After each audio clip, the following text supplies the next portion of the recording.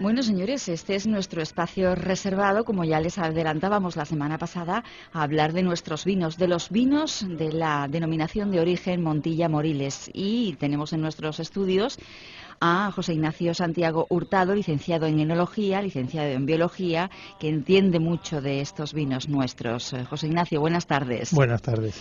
Bueno, hablábamos la semana pasada, después de esa pequeña introducción, de que íbamos a dedicar unos minutos a hablar de lo que es, en principio, vamos a empezar por aquí, si te parece, José Ignacio, la localización de la zona Montilla Moriles.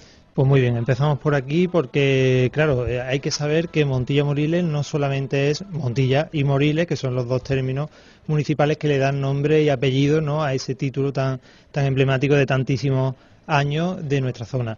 Pero hay muchos más pueblos que también se vuelcan con la viticultura y con la enología, elaborando los vinos que ya iremos viendo poquito a poco a partir de hoy, ¿no? Estos pueblos son Doña Mencía, Montalbán, Monturque, Puente Genil, Nueva Cartella y también, aunque no en su totalidad, pero algunas zonas de Aguilar de la Frontera, Baena, Cabra, Castro del Río, Espejo, Fernán Núñez, La Rambla, Lucena, Montemayor y Santaella. Es decir, casi toda la campiña pues está dedicada al cultivo de nuestra uva reina, que ya también hablaremos de ella, que es la Pedro Ximénez, ¿no? Bueno, una zona que está dotada con unos suelos muy característicos que tienen mucho que ver con lo que luego se obtiene de esa uva que se cría en esos suelos. Hablemos de ellos. ¿Qué características tienen nuestros suelos? Mira, el concepto de una denominación de origen protegida, porque claro, tú vas a un supermercado o una tienda especializada en vino y tú te encuentras denominaciones de origen, vino de la tierra, vino, antiguamente se llamaba vino de mesa, ahora solamente vino. Hay una categorización muy amplia de productos. Denominación de origen protegida, ¿qué implica?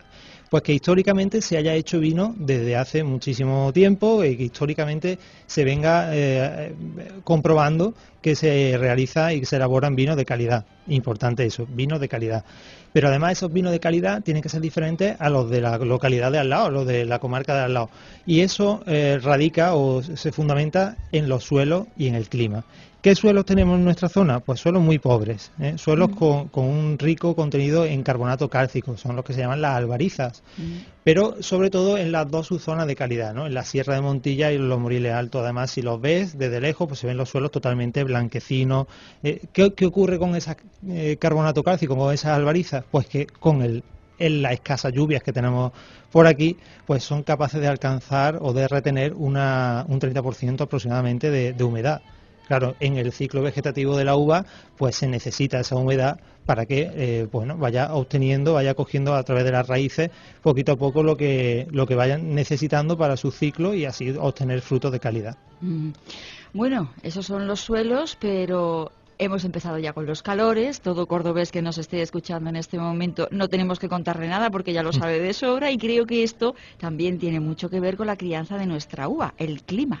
Sí, además esto sí que nos marca una diferencia notable respecto a otras zonas porque alcanzamos 3.000 horas de sol efectivos al año.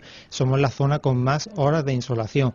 ¿En qué influye eso? Bueno, pues influye en que luego la uva va a madurar de una forma, tiene que ser esta uva, que es una uva que solamente se da aquí porque la piel es muy fina y en una zona más húmeda pues se podriría, no llegaría a completar bien su ciclo. Aquí, en nuestro clima ese tan cálido con tantísimas horas de sol, pues va a alcanzar unos niveles de maduración muy altos y con lo cual obtendremos muchísimo azúcar. Y ese muchísimo azúcar, pues ya veremos que luego se derivará en una cantidad de alcohol importante de forma natural. Variedades de Montilla Moriles. Bien, bueno, pues la Pedro Ximénez, la variedad, digamos, que nos marca la diferencia, ¿no? Nosotros elaboramos todos nuestros vinos generosos, sobre todo, con una única uva, muy versátil, con una gran cantidad de azúcar, como comentaba antes, pero también hay otras variedades blancas que sirven para hacer esos blancos jóvenes afrutados que son tan interesantes y que tanto consumo van teniendo. Porque la uva Pedro Ximénez, aunque es muy buena para la elaboración de los vinos generosos, como antes decía, es una uva plana. ¿Plana qué significa? Pues que tiene pocos aromas, poco abanico de aromas. Esos aromas luego vendrán en la crianza, pero para hacer un blanco joven afrutado, pues tienes que darle de inicio una carga aromática importante. Para eso, pues se utilizan otras variedades, como decía, que son la Irén, Baladí, Verdejo, Moscatel, tanto la Moscatel de grano menudo como la Moscatel de Alejandría, que estos son los nombres de las variedades de uva, muy bonito también, Torrontés y Chardonnay, Sauvignon Blanc y Macabeo. Algunas son foráneas, como os sonará el nombre, Chardonnay, Sauvignon Blanc, que están muy de moda, están bastante plantadas hoy día en todas las zonas vitivinícolas de España y del mundo, y bueno, son muy, muy aromáticas.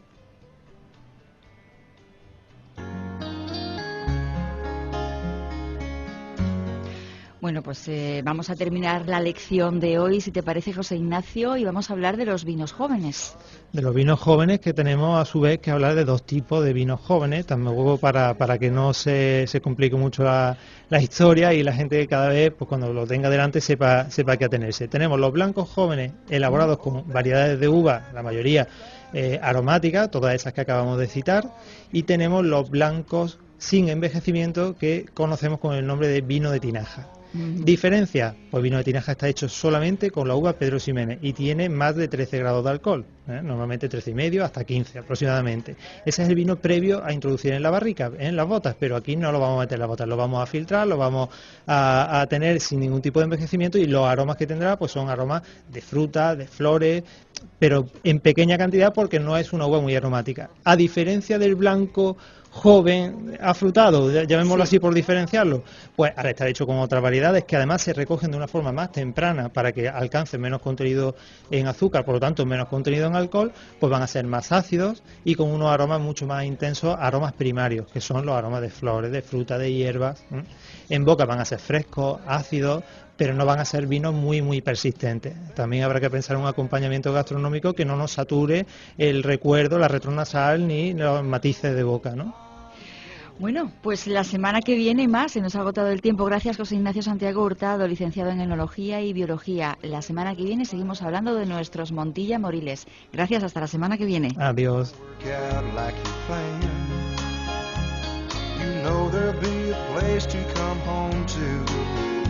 And that I will always understand.